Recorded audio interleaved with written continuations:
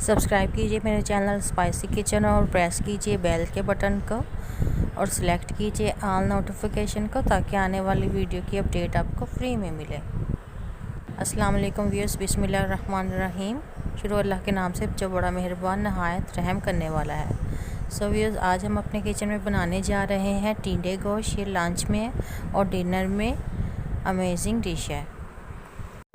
आइए हम अपने किचन में टिंडे गोश्त बनाते हैं। टिंडे गोश्त बनाने के लिए हमें जिन चीज़ों की ज़रूरत पड़ेगी वो हमारे किचन में ही मौजूद होती हैं। कोई मैंने ख़ास इसमें मसाला ऐड नहीं किया है, ये आपके सामने है। यही चीज़ें हैं जो हमारे किचन में नॉर्मली अवेलेबल होती हैं। टिंडे गोश्त बनाने में आपको कोई भी ख़ास मसाला नहीं डालना पड़ेगा। आइए हम अपनी रेसिपी शुरू करते हैं। बिस्मिल्लाहिर्रहमानिर्रहीम। प्याज हमने लिया है, इसको इसका शेप में काट लिया था आधा किलो से 1 किलो हमने लिया है गाय का गोश्त।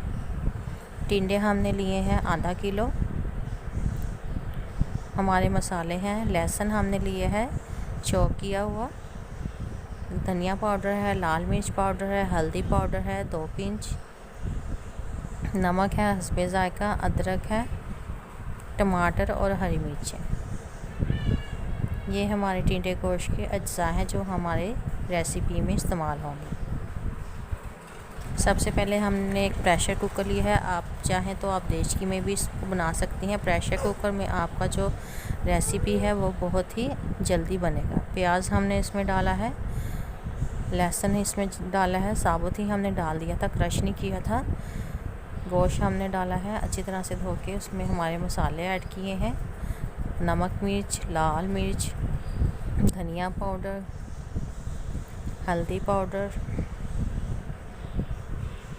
नमक। इसको हम प्रेशर लगाएंगे 10 से 15 मिनट ताकि हमारा जो गोश्त है वो अच्छी तरह से गल जाए। 15 मिनट के बाद हमने अपने प्रेशर कुकर को खोला है तो हमारा जो गोश्त था वो गल चुका था। अब हम इसको भूनेंगे। इसमें हम डालेंगे हरी मिर्च और टमाटर हमने बारीक काट लिया था, और अदरक हमने जो पेस्ट बना लिया था वो हमने इसमें ऐड कर दिया है। अब हम इसको ऑयल डालकर हल्की आंच पर भूनेंगे। 2 कप हमने घी डाला है इसमें, आप ऑयल भी इस्तेमाल कर सकती हैं।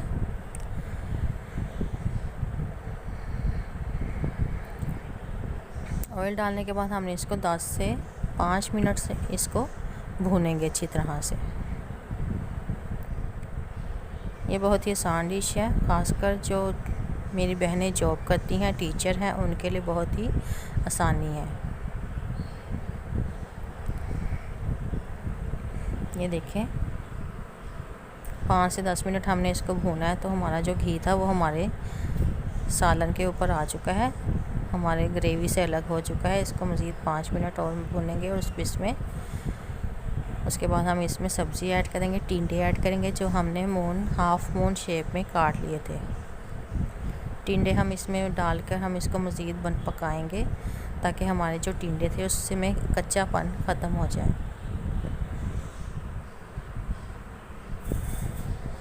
पाँच मिनट हमने इसको फ्राई करना है, ज़्यादा नहीं। याद रखें व्यूअर्स, हम अपनी सब्जियों को ओवर कुक कर लेते हैं जिससे हमारी जो सब्जियों के विटामिन होते हैं वो ज़ाया हो जाते हैं। तो मेरी यही एडवाइस है आप लोगों को कि प्लीज़ जो वेजिटेबल है उसका कलर वैसे ही रखा करें, नेचुरली जैसे होता है, ताकि हमारे खाने में भी आए। मैंने आलू लिए थे, आलू भी इसमें डाल दिए हैं। मेरे बच्चे आलू बहुत शौक़ से खाते हैं, इसलिए मैंने 2 से 3 बड़े साइज़ के आलू हमने इसमें काट कर आलू हमने इसमें ऐड किए हैं, टिंडे ऐड कर दिए हैं। 5 मिनट इसको फ्राई करेंगे अच्छी तरह से। आलू जो है वो बच्चों की मेमोरी के लिए बहुत ही यूज़फुल वेजिटेबल है।